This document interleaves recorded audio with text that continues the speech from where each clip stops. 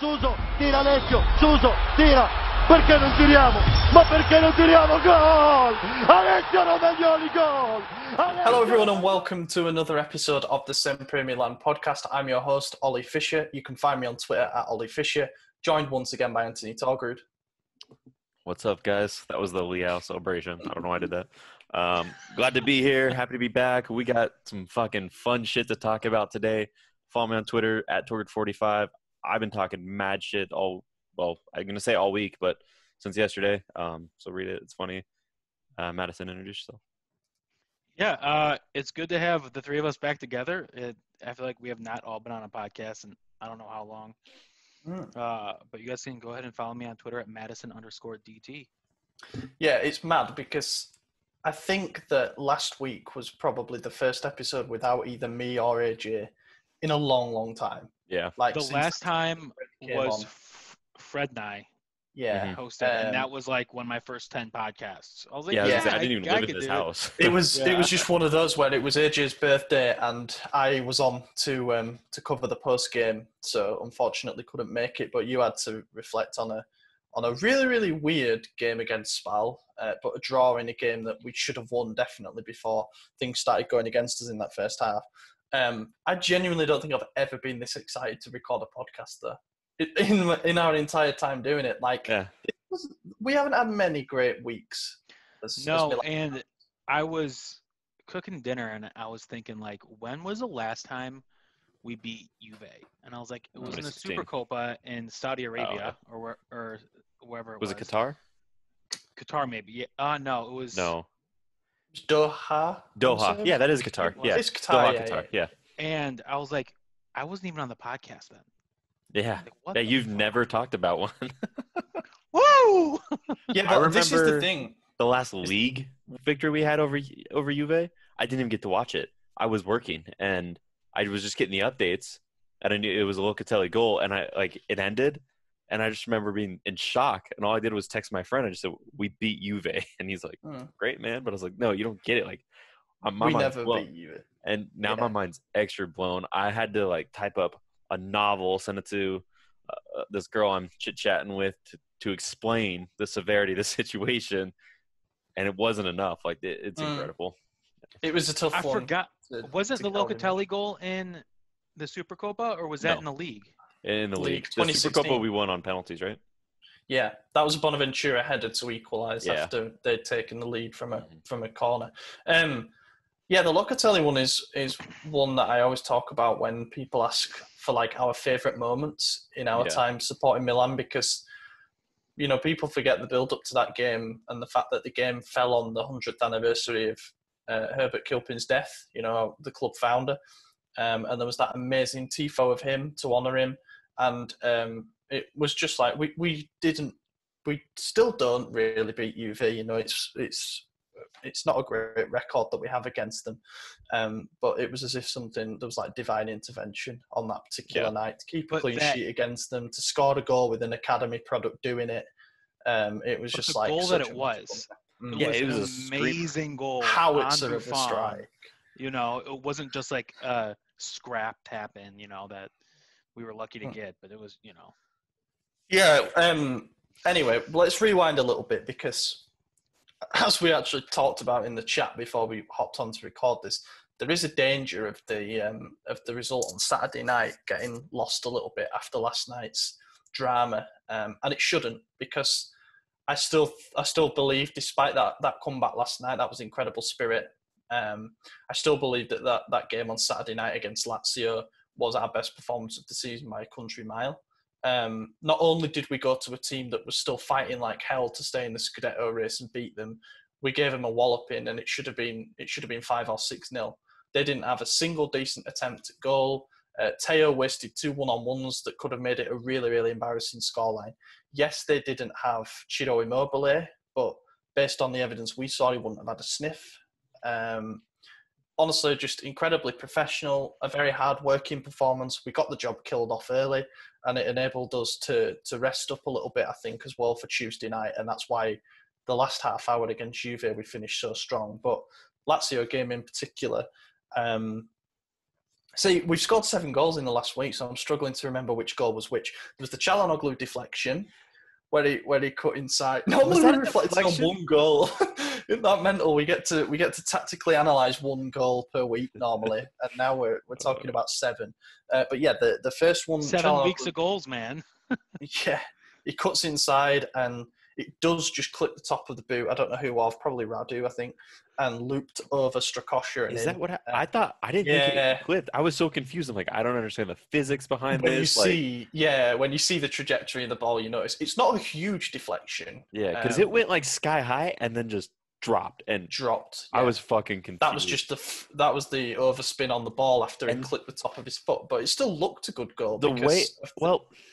When he went to take it, like he kind of cut in and it almost like he had to turn around, like his whole body was leaning sideways, back.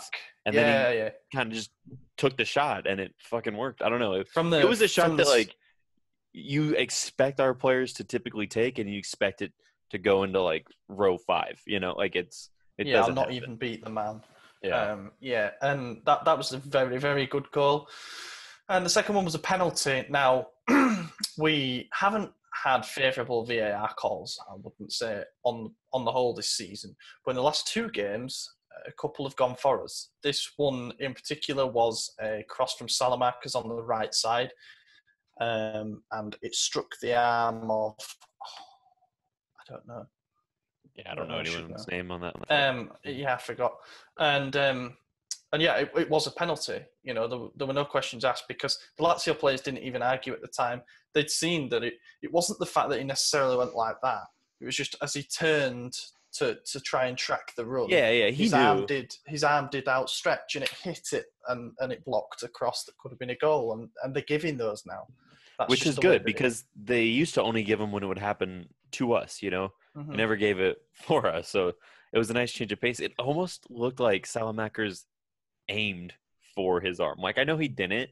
No one does that. I mean, maybe they do. But I feel like you'd rather aim for your player and score a normal goal. But it looked almost like he just aimed for the arm and it worked. And so keep doing that. The worst penalty that Ibrahimovic has probably ever taken as well.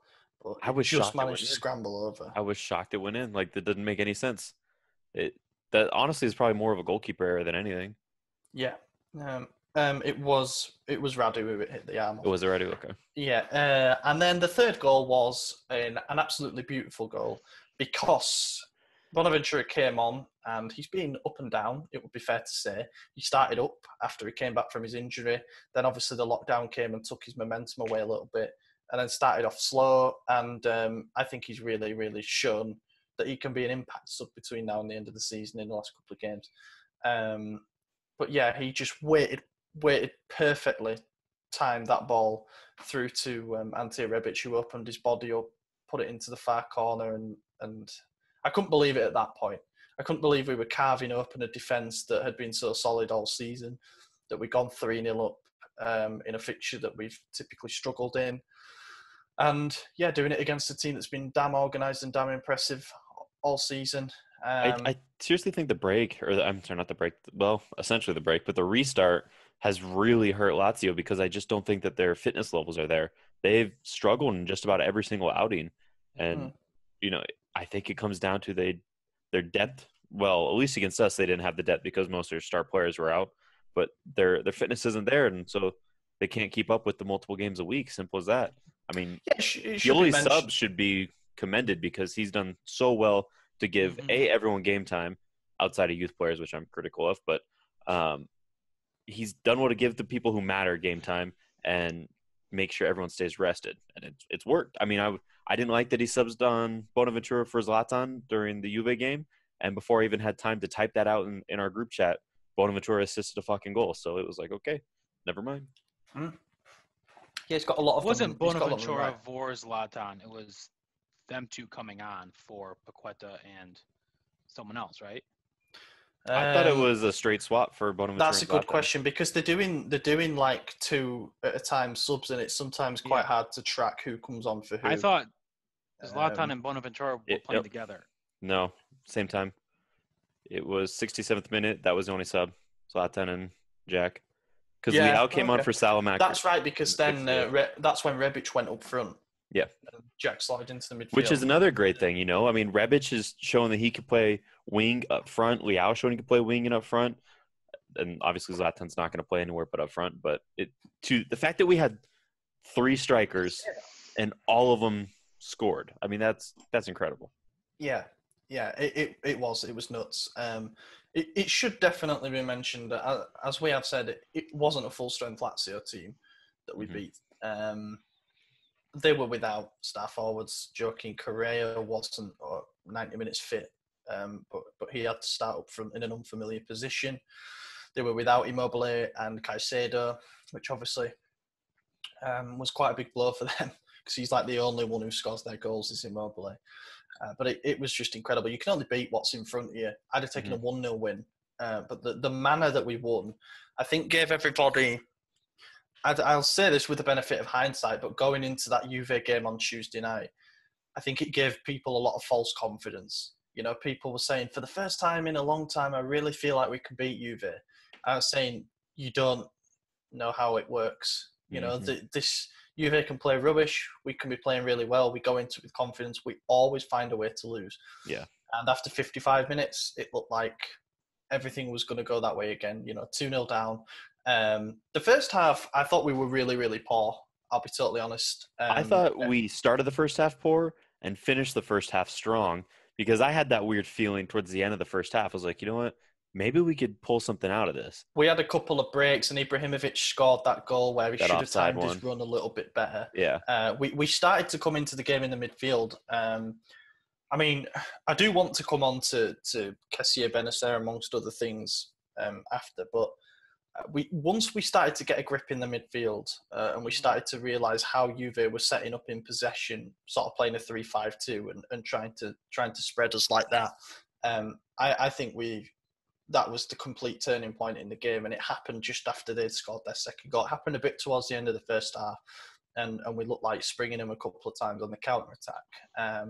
We started the second half in a very naive way. I mean, the first goal was a bad one to concede, but I must say, you know, you really do appreciate the intelligence and the experience of a player like Higuain when you see the decoy run that he made to completely split our defence up and allowing Rabiot to basically take it to the edge of the box where, you know, even a player that hasn't scored a goal in 2 years is going to fire a shot on target there. And it ended up being a beautiful strike into the top corner.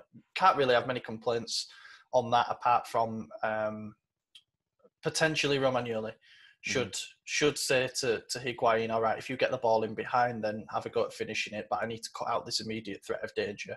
Should have maybe thrown his body in there to make sure that he didn't get a shot away. But again, he put it right in the postage stamp. It happens. The second goal was a lot more frustrating to concede. It's probably the first time that we've seen such blatant lack of communication between Romagnoli and Kessié. Wait, how do we say it? Kessié, right, yeah. Because we got a message about us pronouncing it wrong. Yeah. It's Pierre with a K. It's like Pierre with a K. So yeah, Kessié. They both went for the same ball, banged into each other. It went over the top of them. It was a great pass, actually, from Cuadrado. At least I think it was Cuadrado. Yeah, I mean, Cuadrado, and then Ronaldo finished like he does, but he scuffed it and then did a stupid yelp while he celebrated, which Ibrahimovic picked up on, apparently, and said something about.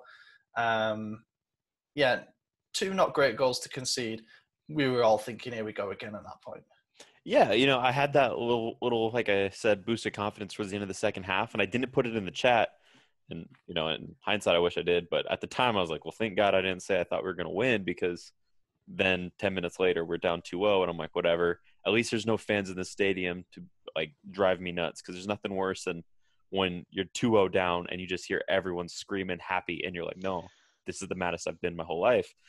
And then all of a sudden, 5 minutes later, you're up 3-2, and you're good, you know? It was the end of my workday, and I was like, fuck this. I'm going to go to the sports store, you know? And I get a notification on my phone. I was like, oh, 2-1. I was like, yeah, I'm still going to leave. And I was like, 2-2. And I was like, I'm going to turn this back on. And actually, I shut my computer when it was 2-1. And as soon as I turned it on, Kessié scored. And I was like, what the fuck is going on? And it was just amazing. I'm more confused why you turned shut your computer. Yeah, well, after we scored. I was moving to the TV in the living room, Oh, and I was like, so I rushed to turn it back on. But It was a strange one because so many times, especially in recent years, teams that do you know what? There's been teams that we've had in the last few years that have supposedly been mentally resilient and been tough and been strong that would have folded in a situation like that. You know, I think of Gattuso's sides last year, particularly when we played him that second time around and everybody was mad hyped for it, thinking this is it, we can do Juventus here. It's just not been our fixture, no matter how good or in form we've been. I really thought 2-0 down, it was like, well, Juve know that they're probably 2 or 3 wins away from the Scudetto here, and they want to get them wrapped up as soon as possible so they can rest up for the Champions League campaign that follows after this season. But I think it's a matter of timing of goals in games. I mean, there is a saying that it's statistically not correct, but there is still a saying that a 2-goal lead is the most dangerous in football. Because if a team gets a goal back, so that forces the other team to attack quite heavily, and if they get a goal back, then all the momentum's with them. That's exactly what happened. You know, I really didn't think we were going to get that penalty. It was a lovely bit of link-up play, and Hernandez found some space to cross down the left side of the box towards Rebic, and Rebic sort of headed it towards goal, and Bonucci's, yeah, it's sort of there, but it does block the shot. So by the letter of the law, that is a penalty. And well, I was worried because the shot from Rebic was off his shoulder, and I was worried that they were going to call some BS and say that it was a handball on Rebic, so it didn't count. That's what I was anticipating. I was just like, if this was Juve, it'd be a penalty, so it's not going to be a penalty for us. Exactly. That's always the thought process. Well, the amazing thing is that Rebic was booked by the referee. It's because he talked shit for not. On our commentary, they said that it was either for dissent or the fact that the ref had judged him to have gone at the ball with his arm, but it seemed to be dissent. But then when they showed the replay, he didn't look to be that angry about an awful lot. But if it was the yellow card for dissent and then the penalty gets given in hindsight, shouldn't they rescind that yellow card? I don't think so. I don't think so, because you still can't. I mean, I don't know what he said, but if you say, hey, I think this hit Bonucci's arm, you need to check that. That's one thing. But if you said, like, yo, douchebag, it hit his arm, like, F you, which is probably more along the lines of what happened, then no, like, you still aren't supposed to talk to the ref like that. I'm all for it because I think they're all scumbag Juve fans, but still, you don't do that. No. Yeah, that's a fair point. Much better penalty, though. You know, Zlatan was always going to dust it down after Ronaldo scored. He was always going to take the ball. Well, and I loved how Ronaldo apparently got behind Zlatan and yelled at Chesney. He said, you know him, trying to say, like, you've done this before, because he has. And then, you know, Zlatan sent him the wrong way, and then you see Zlatan turn around laughing, and you even see Ronaldo laughing too, like, here we go. You know? That was a good exchange. I enjoyed that. And I liked it because it's 2 world-class, like, generational talents. I mean, probably 2 of the best strikers in the last decade, at least of this millennium for sure. Yeah, definitely. Ibrahimovic sort of hinted at it potentially being his last big game in a Milan shirt. He did. And it certainly could be his last game against a real top side. You know, he ain't going to get that if he goes to Hammarby for the last season of his career or whatever. That might have been his swan song in terms of a big game that's watched all around the world. The Napoli game, that goal to them, it won't be the same, you know. No, it's not the same. Speaking of, it won't be the same, especially following the game that we had yesterday. Right. Like, there's no. Did you guys see the highlight video from Serie A of the match? Within 24 hours, had like over 11 million views. Yeah, it became the highest viewed game of the season. It overtook the Inter 4-2 defeat.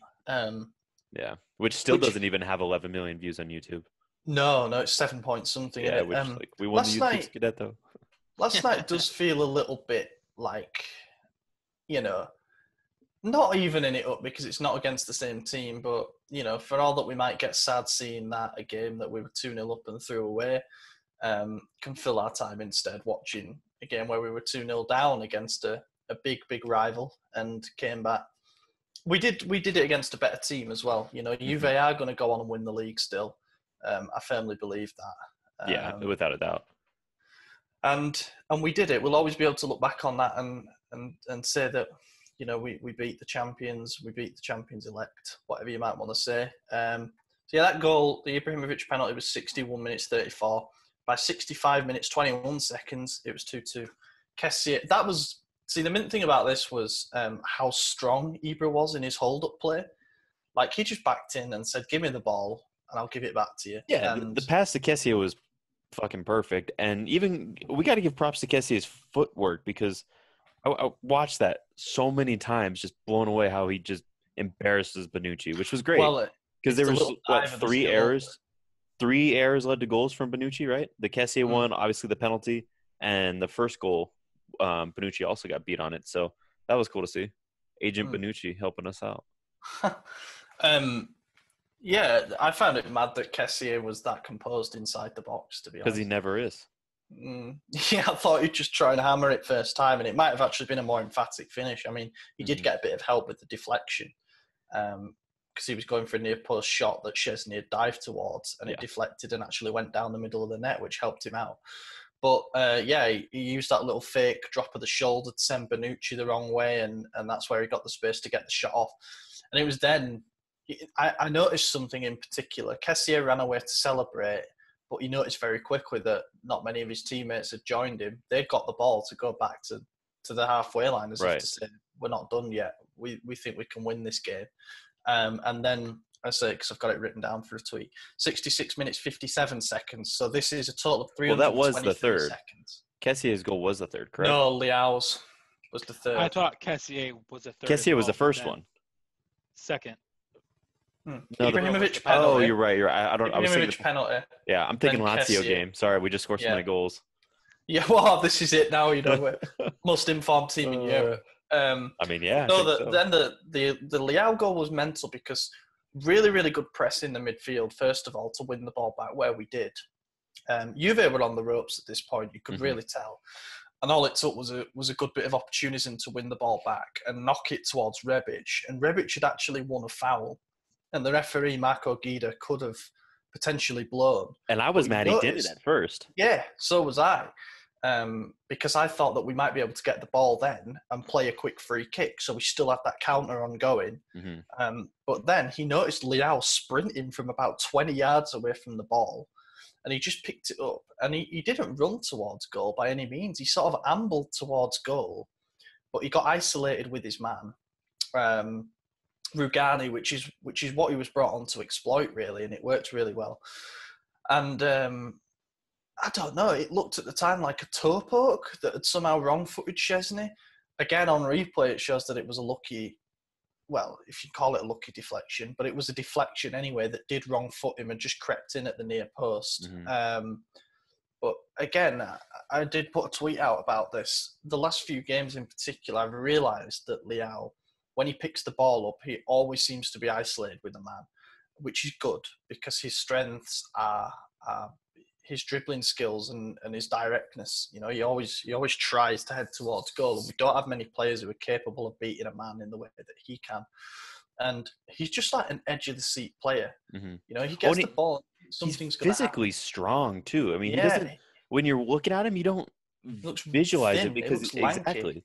But after every game, he takes his shirt off, and I see it, and I'm like, this dude's massive. Like, he's shredded. He's a big dude. 6'3".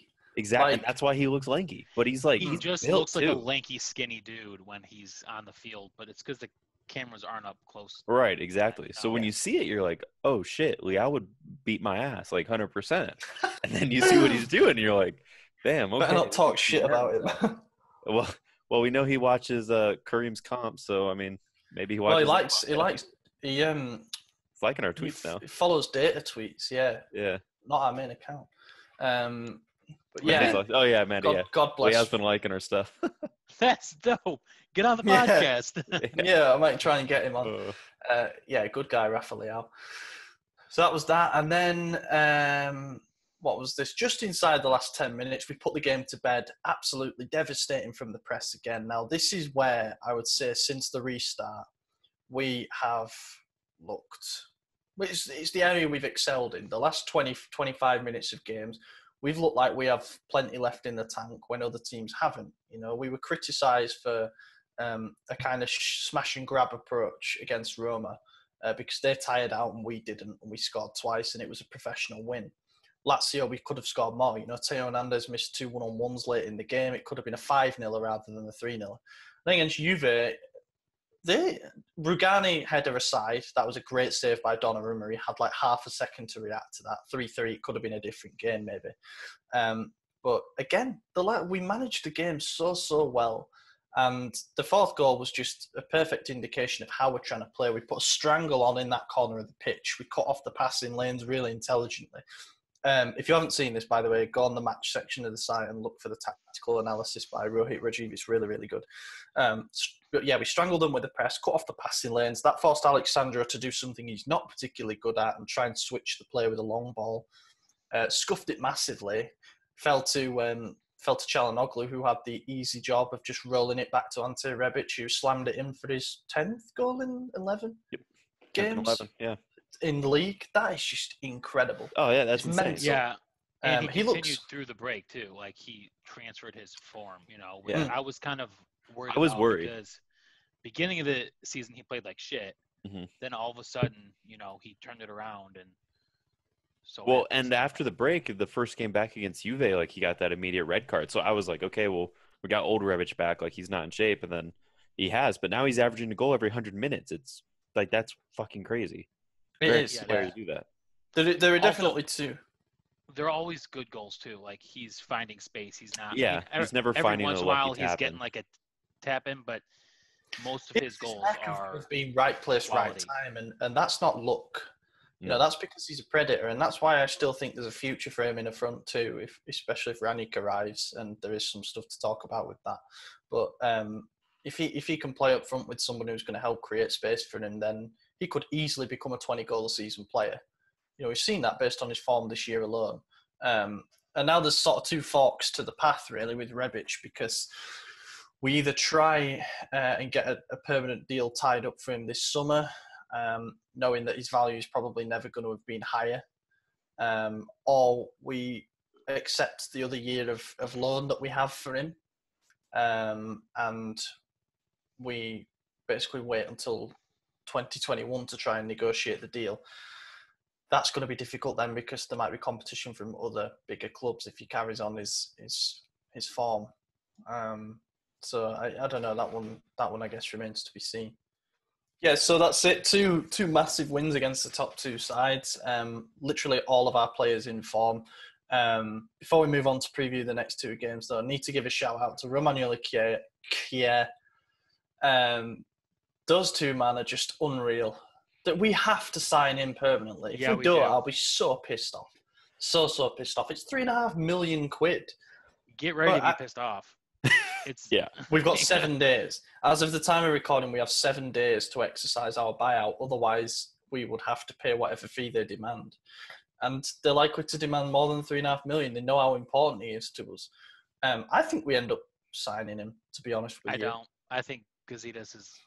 I just don't see why you wouldn't. Even if the plan is to get another center back at that price, I mean, we could offload Gabia for more than 3.5 and make pure profit. I think we might just be pushing it to the end, just in case he gets another injury. If he were to pick up a long-term injury in the next game, for example, then it will look like a good job that we didn't buy him permanently, because we're paying him to pay his medical bills. I don't see any reason why we wouldn't sign him. You do need elements of experience in the squad, as we've already seen this season. But yeah, those two have been fantastic. I have to give a shout out to Conte. He's actually been pretty good in the last couple of games. I think he's benefited from having a stable sort of rest of the back four and a stable midfield as well. But in particular, Ronaldo had to come central in that Juve game, because he wasn't getting much joy against Conte, who actually looked really agile for once. So I give him credit for that. But definitely the storyline at the moment is Benacer, Kessié. Those two are just... I don't even know what to say. Like... drug test them or something, man, because the amount of ground that they cover is absolutely ridiculous. And, I mean, Kessié did come from Atalanta, so you might want to drug test him. Oh, that's libel. We're in trouble for that. But yeah, I mean, the weird thing is that Benacer has been the shining light of that midfield all season for obvious reasons. He's tenacious. He wins a lot of duels. He's tidy in possession, but it almost feels like he's been outshined a bit by Kessié since the resumption of Serie A. And that's not to say he's been bad, but Kessié's just turned into a dominant monster. Kessié's just been great. And it's so weird because, you know, like 3 weeks ago, maybe 4 weeks ago, we were talking about how, like, the next piece of the puzzle to complete this is to get Benacer a partner and, you know, get rid of Kessié. But now it's like, but I don't know who I would want over them. Kessié, haven't we changed formations since? I don't remember what we played before the coronavirus break, but Kessié did not play next to Benacer, right? I think he did. In the few weeks up until he did. We went from a 4-4-2 to a 4-2-3-1. Yeah, to a 4-3-2-1, and then to a 4-2-3-1. And that's when Benacer and Kessié started playing together. Yeah. But it didn't work that well at first. It must be said, you know, Kessié still looked like a bit of a, I won't say a liability, but was showing his limitations. Mm-hmm. But since the break, it seems to have recharged him. And he just didn't look in form to be playing that position. Yeah, or fit possibly enough. But the year that we signed him, he looked like a tank, and now he looks like a tank again. Like he looks like he looked great next to Bakayoko as well. Mm-hmm. That's what I was gonna say. He's been one of our most consistent players. Just his lows are very low. But when he's great, he's great, you know? But when he's low, he's also low for like an entire season. Right, and the only thing that isn't low when he's low are his shots. They're sky high. Yeah. But now they're all on target, so that's, like, I don't care, you know? It's great. Just keep on doing what he's doing, you know? Yeah. I think I need a Kessié jersey. I'm realizing, like, I don't have enough of enough kits. We might as well come on to this now because there were so many rumours that came out before and around the Juve game that were clearly an attempt by Sky to destabilise the club. The Ranić stuff couldn't have been worse timed. That came out on Monday night. You know, Di Marzio, Fabrizio Romano confirming what Vito's been telling us for months now, that Ranić come in, he's going to be the head coach and either the technical or sporting director. On the eve of a massive, massive game for us, and one that's still a must-win in the scheme of things because we've got to win to get into those European spots. And then the thing came out as well about Kessié being wanted by Inter again. And yeah, that has the potential to be pretty destabilising because the rumours came up a lot in January and quite a few people were open to the idea of getting Vecino in return or getting another useful asset in return because and we know that was legitimate because we publicly said no. You know, that Kessié had an offer made and we denied it. But now I don't think we would push for anything at all, and I don't think Kessié would want it either. You don't let a player who's in arguably the best form of his Milan career go to a rival, you know? No, you don't. It's stupid, and there's nobody I would consider swapping for unless it was something a bit silly like De Vrij coming the other way. I think Romagnoli De Vrij would be great. You don't really let him go to anywhere else in the league. No. And I've seen a couple of Milan fans say he's Inter's missing piece, and I think they might be right. You know, if you have two creative midfielders like who could it be? It could be like Barella and Tonali in the midfield, and then you have someone like Kessié who's just there to mop up and hoover up everything. Then it's pretty scary midfield, is that, you know? But yeah, I don't see anything with that. I think if we sold him, it would probably be to the Premier League, but I don't think we sell him now. I don't understand this idea that he's not going to fit in under Ranić. He's the absolute perfect player for Ranić. He's an engine, you know? Yeah. We saw him try and break Juve's press several times, and he did it, got into dangerous positions inside the box. He always tries to drive forward. He covers so much ground. He presses. He wins physical battles. Like, I don't think that spending 30 million, whatever it would take on Bakayoko, would necessarily land us a better player. And I think the same with Tonali. Yeah. It's like, I genuinely don't know who I would take over. I'm like, Shabazasly or whatever. I like him and I want the player, but like, right now, with this current form, but he would take a midfield spot. It's like, I don't know who I'd want over our current midfield duo, you know? And interestingly as well, after the win against Juve, Di Marzio decided to drop the bomb that we are back in for Tonali. And then Daniele Longo confirmed that we are still in talks with his agent. Seems like Inter is still ahead, but then there's some stuff that's come out about them being after other targets now. I still got this weird gut feeling that Tonali comes to us, to be honest. I don't know why. It just feels too perfect, with his idol being... It was all Napoli, basically, I think, because Napoli, if they sell Alan, they'll have the money to go and get Tonali, and Tonali would be able to play under his childhood idol, Gattuso, or he might come to us because he wants to play for his childhood club. Those are two narratives that stack up. Inter seem to be hesitating, despite apparently having personal terms agreed. I would love strength in depth. Can you imagine if we had four holding midfielders to choose from, and they were, let's say, Benacer, Kessié, Tonali, and Krunic, or maybe even like a Pobega or somebody like that who could come in and get minutes in Europe. That would be nice depth to have. But I just wonder it might take up half of our market budget if we go out and get someone like Tonali. Yeah. But it's a nice rumour. It's nice to be linked with these players that are generating buzz. That's something that we haven't really had since Piontek. Yeah, I mean, I think that's one thing Inter's definitely gotten right, is their last transfer market was all big-name players. Lukaku, Alexis Sanchez. Granted, Sanchez hasn't been great. I know he had a goal the other day, but overall he's been kind of lackluster. But it's like these big names. He's nowhere near to what he was at Barcelona. Yeah, exactly.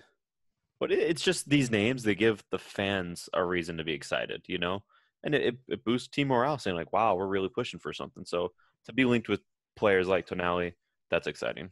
And youth projects, they keep ramming this down our throats.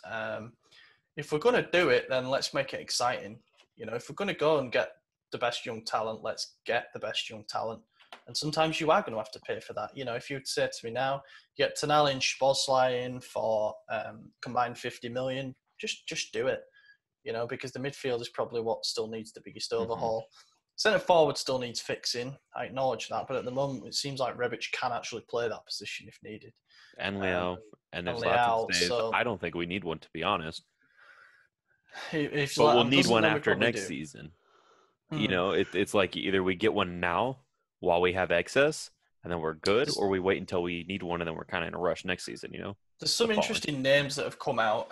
Patrick Schick's one of them, and he's been slated by our fans. People don't like that idea at all. And they're basing that off his spell at Roma, which I totally understand. Funnily enough, it was under Gianpaolo that he looked amazing while he was at Sampdoria. He actually been to Leipzig, and he's only played 19 league games for them, and he scored 10 goals, and most of those were off the bench. So not terrible.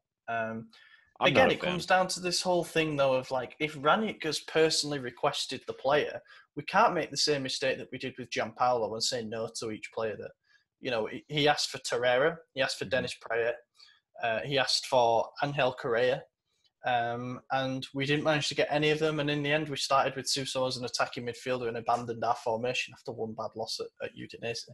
So we can't be doing that again. If he's asking for players, we need to back him. Yeah, I just don't think Patrick Schick is the one, and the other reasons you mentioned are valid, but my main issue is his head is shaped like a starburst, and I don't like that. I don't want him on our team. Starburst head might be the title of the podcast. Yeah, what? He's got a square head? Yes. Like extremely square head. It's true. It does remind me of... It looks like SpongeBob. Yeah. It is quite funny. And we've been linked with Dusan Vlahovic as well from Fiorentina. I really like him. He's actually been likened to Ibrahimovic in the way that he plays. Tall, physical, Serbia international, good player. These are the kind of players that Ranić is going to be keeping an eye on without a doubt. Anyway, previews. We've got two games coming up. One against Napoli, which is obviously the highlight because it's against Gattuso, sort of a year on from the rumours. Well, a year ago he'd left rather unceremoniously from the club, despite many people now, in hindsight, acknowledging that he did a good job. Gone to Napoli, he's got them. That always goes. Yeah, he's got them looking good, resurgent. They won their first major honour in a while under him, beating Juve in the Coppa Italia final. And yeah, this should be an interesting one. They've won tonight to go back above us, as have Roma. We're in really good form. We've won 4 out of 5. Napoli, I think I read, have won, is it 8 out of 12 or 10 out of 12? Something like that. Yeah, they're looking pretty good as well. We're away from home too. Yeah. It's going to be red hot down in the south of Italy. How do you see this one going? Well, just to go back to the table position, I think it's a real shame that we beat Roma, Napoli, we haven't beat Napoli yet, but we're about to. Roma, Lazio, and Juve, and yet all three of them are still above us, and we're in seventh place. It's just like And we that tied Spal game. small. Exactly, that Spal game fucked us so bad. If we would have got just 2 extra points, we'd be in fifth. We'd be right there with them. And then you look at the other games that we blundered this season. Genoa, the 4-2 loss at Inter that we were up 2-0. Like, those are games you should be winning. And that wouldn't put us in Champions League. Spot. But we wouldn't be quite. But we'd be damn near closer because Inter would also be in fourth. So there's just a lot of interesting stuff that doesn't go our way throughout the season that everyone kind of writes off early, but it adds up. And this is why literally the story of the last 8 years. Yep, exactly. The first Maybe 8 6 games Yeah. of Giampaolo right off. were just Well, awful. Giampaolo only had 7, but the next one after my with bad, 7 games. with Pioli, we Well, lost his first game anyway. So Yeah, might as well things be didn't 8. get much better under because Pioli was thrown into the sort of murderer's row schedule where we drew 2-2 with Lecce, played really well, but drew 2-2. And that was when we went into that run of games where we played, Lazio, Roma, Juve, and Napoli, and we took 1 point out of 12 in that run. The same run under of games Pioli. that we're in right now. And we've taken 9 out of 9 this time around. I got a feature going out tomorrow about how the important thing this summer is that we shouldn't repeat the mistake that we made when Gattuso left and go for a complete revolution in everything and just scrap everything that was built before. We should just try and evolve and build from what Pioli's spent 9 months sort of putting these blocks in place. We've got a good core of players that are in form at the moment. The cohesion of the group seems pretty good. We're playing an attractive style of football. The teams seem to like each other. The players that we made big investments on, the likes of, Teo Benacer, but in particular Paqueta and Leao, are now starting to show a bit of value. What do we think of this rumor that we're going to ask Pioli to speak with Rangnick so they could work together from here on out? No. Oh, wait. Never Don't mind. No, I want Pioli to stay and Rangnick to come as technical director. It's so fucked up. It's not going to happen, but we start the season so bad. It's so horrible. We always start the season so bad and then build with a manager, and they're playing so well. They're like, "Oh, fuck you, let's try someone new." It happens all the time. Mm-hmm. This is so off topic, but just imagine if we had Zlatan under Gattuso's season, we would have Champions League this year. We would have been in it already. I guarantee it. I mean, that interview that he gave after the Juve game was fantastic. But it's hard to disagree with him. Well, he said as well, I found this interesting. He said, if things had been different and I was here from the first day, I don't just say, or if I was here from the start of the season, but it's as if there was something that could have happened. Like if things had gone different and I was here from the first. I picked up on that too, and I thought that was odd because my understanding was he chose Galaxy over us because the thing was leaving United, he was going to come to us. Then he chose Galaxy. And everyone was a little pissy. And then he renewed with Galaxy, and I think everyone was pissy too. So I know there was something. But the way I read it the way I read it at the time was like Zlatan telling us to screw off, not the other way around. But then he made that, and it was kind of like, I wonder if it really was Gattuso saying, look, we need an experienced player. Zlatan's available. Let's give my boy a call. He asked for him, yeah. He asked for him in Ribery. Right. And, dude, if that Gattuso team, if we had Ribery up instead of Suso and Zlatan, instead of Piontek or Piontek on rotation with them, like, we'd have been second place easily. Yeah. I swear to God, like, whatever, man. We were 1 point off fourth. There's no way we wouldn't have been. It's like this parallel universe. Can you imagine a parallel universe where we stuck with Gattuso? I think about it all the time. If I could just slip through the cracks. Modric being the other one as well, and apparently Boban was sort of pushing to try and get Modric as well. It could have been crazy. It could have been a completely different route to the one that we're going down, but we're down this one now. We just blame Gazidis. Just blame Gazidis. Oh, yeah, that's what I do every day. I'm withholding judgment on Gazidis. Give him a bit of time. Speaking of which, right, I've just seen a tweet come up here. It's from PBP, Pietro Balzano Prota. Tweeted 11 hours. I don't know who that is. He tweeted 11 hours ago a picture captioned "Old but Gold," and it's the thing of Jay-Z wearing the full Milan tracksuit. And he's just tweeted the you know the timer emoji with the sand where it drips through. Yeah. The Yeah. hourglass? Red, black, and then the soon arrow like that. Yeah. I wonder if our partnership that's supposedly being announced is something with Rock Nation, because we did the Rock Nation thing for the. That would be COVID. so fucking cool. I know. We did the Rock Nation thing for COVID, didn't we? The thing that Yeah. what's he called? Who DJ tweeted Khaled this? hosted. Yeah. I remember. Yeah, Raised PvP, like no he's money.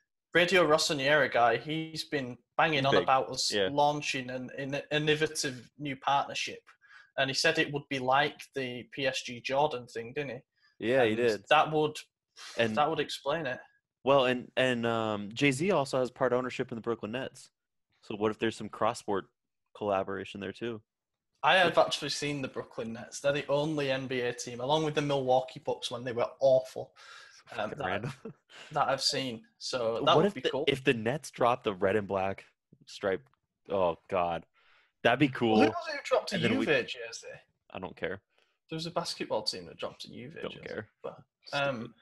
Don't care. oh no, that was the Brooklyn Nets. Rock Could be Nation the would not biggest be a Jordan-like signing because they're not a clothing brand. No, They're but they a have just meant- fashion agency. He just meant in the fact that it was like innovative and different for the sport. Okay. Yeah, Mm-hmm. Yeah, I mean, I'm sure, that'd be I'm huge. sure, Maybe I'm sure he'll. I've seen Jay-Z wearing and Louis he Vuitton did say before. it's not the baller collab that we know exists that was already announced, and everyone kind of led to Louis Vuitton. But I think he even hinted towards it's not that either. Like it wasn't a fashion label. Do we think So that maybe- takeover is still happening? Right, we're veering off here. We are. You might have got away with this last week, but not this week. I'm going to ask you for your predictions now for the two games, and then we can talk about the other stuff. Remind me what the games are. Napoli, and then we've Napoli got and Parma at home. Parma. Okay. Parma at home a week today. We're gonna beat Napoli 2-1, and we're gonna draw Parma because that's what we do. Yeah, I think we're gonna beat Napoli 3-2, and I think we're gonna beat Parma 1-0. We're playing with a lot of confidence, but so are Napoli. I see us cancelling each other out. 2-2 draw with Napoli, and I think we beat Parma 3-0. And I'm very, really confident Parma about that, can't do but- shit right, which is why I know that they're gonna be the hardest game from here on out. Yeah, that's a fair point. It's a fair point also. So the takeover thing, briefly, no. I think it's going to happen, but not soon. I think so much of it depends on when the stadium opens. That's what's been hinted in the media. You can't deny that these reports are still ongoing. And interestingly, the most recent round of rumours that came out from Repubblica weren't denied by Louis Vuitton. They've decided to finally keep quiet about it, which is interesting because they've flatly denied everything else. Whether they got sick of it, I don't know.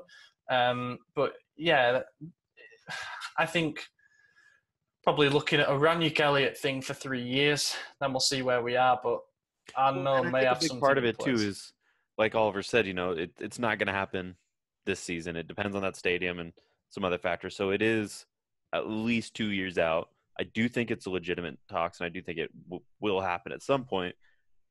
But in the meantime, they're looking at their options. Allegri, Bradia, like all those guys they're looking at. And that's why those are being linked at the same time as Ranić, because they got to get their thing.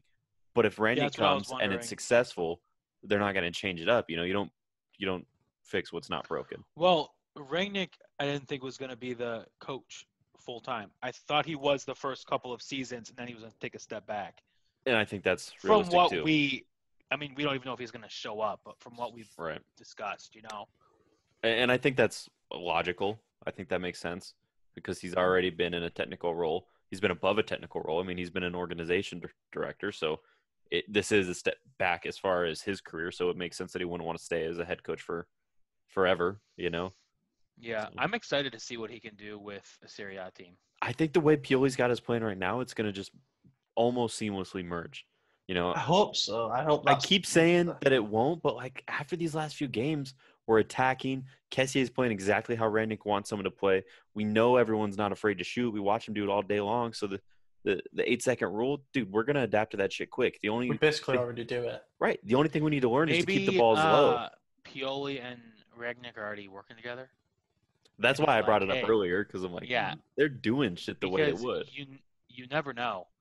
They could be like, hey, Pioli, man, you're gonna be gone, but do you want to be a team player? Right. And well, we know Randy plays a 4-2-2-2. Keely's playing a 4-2-3-1, which the way that center Right. attacking mid is playing right now, it's basically a 2-2-2 anyways. One just drops back because Latin drops back so much. So it's like we're doing it already. We're doing it already. The signs are there. I'm just reading my Twitter feed. DiMarzio's just announced that we've signed someone from Malmo, a guy called Bjorklund. Don't know anything about him, but just throwing that out there. We'll Wow. ask Isaac next week. Yeah, you'll probably know him. So yeah, that's an interesting one. There's a few targets that have been bandied around. Some usual names. Tonali came back up. Bakayoko's come back up. Upamecano again apparently is the dream. I still don't see how we afford this, to be honest. But his name keeps. Unless I don't FFP think is like taking a leave of absence. I think they are, and I don't think that money's really an issue right now. 85 million is our flat for Ranić plus sales. We know Susu's gone; that's almost guaranteed now. Andre Silva's going to be a swap, so with Rebic, I think there were a few other obligations that are going to be set in. Yeah, there's other players that are going to be leaving. We're going to have like 125, 130 mil window. I'm not afraid. Plus, I can guarantee you, if Ragnick is like, "Hey, we need this player," We're going to Elliot get it. will be like, Gotta back "All him." right, maybe Yeah, we can it's like, swing something." How many times did I say almost exactly a year ago? It's okay deciding that you're going to do things this way, youth project, etc. You got to stick with it. Bringing in a manager that you trust, you back him until he gives you a reason not to. The reason Otherwise, I know we will back him, I have 100% confidence we will, is because we're giving him total control and we're sacking all three directors. Bobin's gone already. Massara's going to be out the door. It sounds like Maldini's going to be out the door. You're saving their three big-ass salaries to give one guy a salary, plus you're getting rid of Pioli's. It's 4 salaries gone, put into one guy's salary. We're giving him total control. We have I bet all this. Maldini. I is really, gonna really, stay. And I really want Maldini's. Elliot's success is going to be based off Ranić's success. So they're going to do everything they can to make sure he gets what he wants and proves it. Oh, and by the way, Elliot Yeah. are making quite a lot of money during this pandemic. Yeah, because they're scumbags, and that's great. They're clever. Well, are they scumbags or are they just good business people? What's the difference? Not all business people are scumbags. Hard pressed, but I digress. Szoboszlai, nothing really concrete on that front. Who's the other guy? Oh, Milot Rashica. Werder Bremen stayed up, which is a shame. So his release clause is up to 38 million, but again, his name's been linked. Christopher Ayer from Celtic. Wary about signing a defender from the Scottish Premier League, as we've discussed before, but it worked out all right for Liverpool. So yeah, Well, I don't know, a lot of interesting transfer rumours. It's going to keep going. That's one of the. I'm not going to have a quiet job over the next few weeks and months because of Ranić's arrival, and we are going to be. I think a lot of European football fans' eyes are going to be glued on us. I think we could become the new hipster club, sort of a resurgent I really European. would love to be the next resurgent club, but I don't want a ton of fake fans. Nah, I mean, It's gonna Dortmund. happen. Dortmund have got gone it. that way, man, and it's. Yeah. Dortmund got it. Tottenham got it. Atalanta's got 3 fans now. Like it's what happens. Atalanta's got 3 fans. Right, I'm going to ask a few questions because I'm conscious that we're going to be well over time here. So Abdullah 2000 asks, do we really need another starting central defensive midfielder? And are we going to be in the market for a new centre back? Yeah, we've basically we kind of touched on that. discussed this. Yes, we need another defensive midfielder to replace Belia. We do need that depth. Mhm. We can't afford to lose that depth. But It is would it be gonna so be- amazing to have three real quality options in that position, like Benacer, Kessie, Tonali, plus one other. But would you want to get? I feel like Tonali, having them 3, getting a 4. I would rather invest that 4th person's money into something else. Maybe we keep Krunic then as a 4th option. Yeah. For if we're really desperate. That sounds awful because Krunic hasn't been terrible, but you know what I mean. Yeah. I also wouldn't mind someone coming in who wouldn't have a problem with being a rotation option like Teun Koopmeiners He's a really impressive Dutch kid. He's Alkmaar's captain despite being like 22. That'd be interesting. Those are the kind of profiles we'll be looking at. And yeah, we'll be in the market for centre-back because Duarte is made of cheese strings. Matteo Musacchio, the same. And also I think he will leave if we can sell him. And then there's doubts over Kier, and even Gabbia might leave on loan. So we could see something like 2 or 3 centre-backs arrive. But I can't imagine us spending loads and loads of money on one of them. And Romagnoli might leave. No, it won't. Isn't Atletico coming in for him? Yeah, everyone's that was interested. $5.5 million a season. He's not. Well, 5.5. Interestingly, ESPN are the most reputable source to talk about a team being interested in him. They said Man United are looking for him. Yeah. But well, the Premier League's notoriously interested, but whatever. They got 2 other options apparently who were sort of in there as well. Tyrone Mings at Villa and Ake at Bournemouth. Both of whom and they're going to go for Ake. They're going to go for Ake. Yeah, I think so. They need a left footer. He's Dutch? Is he? I thought he was English. Maybe he is Dutch. I don't know. He came from Chelsea, so he's probably Dutch. Or he might have been in Holland on loan or something. Something like that. Neraziz Octavioan asks, this is a good question. What is the most fundamental legacy that Pioli has put in the current squad that will be beneficial for Milan next season? Oh, I know it. Come back from a 2-0 down and win 4-2 against Juventus.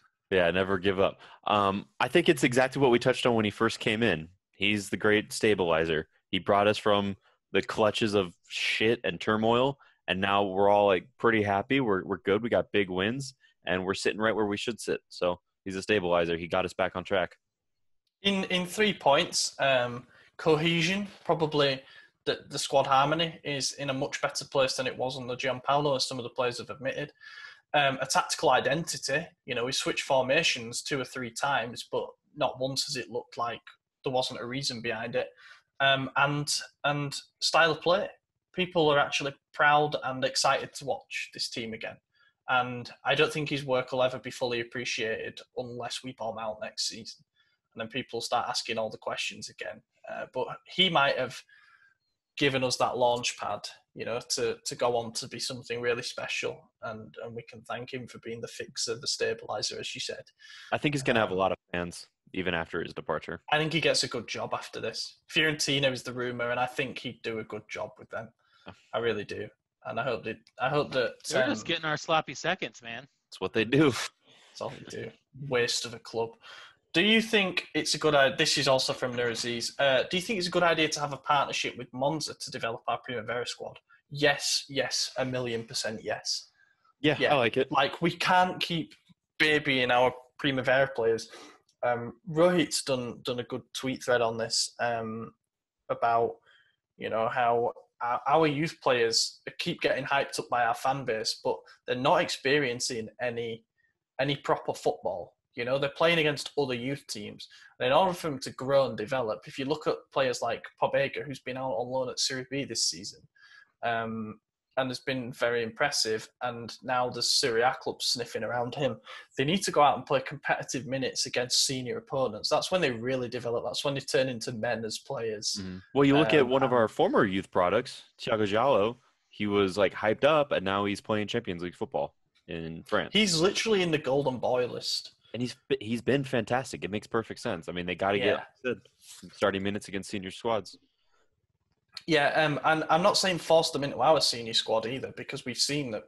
That's one gripe I have about Pioli, is he's not willing to give them all that much game time. But Monza, I'm all for it because they're in Serie B next season. So send our brightest players there. Berlusconi and Galliani will have no problem with us.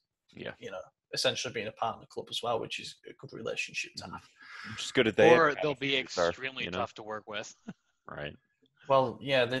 We know we know they'll only get rid of their players on freeze, and they'll sign shitty players for a lot of money. So it's perfect. Mm-hmm. Mm-hmm. Yeah, that's it then. Really, questions wise. I think this was a long one, but it's justified. Like, it's very rare that we're this chippy and happy about the club, but things are moving in a nice direction. So fingers crossed that continues into next week, and we come back with 2 more wins, because then I think we'll be more than excited. But yeah, In the meantime, I've been your host, Ollie Fisher. You can find me on Twitter at Ollie Fisher or at Kilpin Chronicle for some more explicit Milan-based rants. I've been joined once again by Anthony Torgrud. Yeah, I had a blast this time. Can't wait for next week when we get to talk about beating Napoli as well. Follow me on Twitter at Torgrud45. Yeah, next week will be a good one. Maybe things might change up again. You guys never know. You guys can go ahead and follow me on Twitter at Madison_DT and subscribe to our channel, guys. A lot of you guys who are commenting are not subscribed, so. Yeah. Called out. Yeah, please subscribe. It does help us out a lot. And also share our videos, like retweet the YouTube links and stuff. It means a lot. The more views we get, the more creative we can be with content and stuff like that. So yeah, all support means the world. Thank you very much for listening, everybody. We'll catch you in a week's time. Tira Lazio, Suso, tira, perché non tiriamo? Ma perché non tiriamo? Gol! Alessio Romagnoli, gol! Alessio Romagnoli!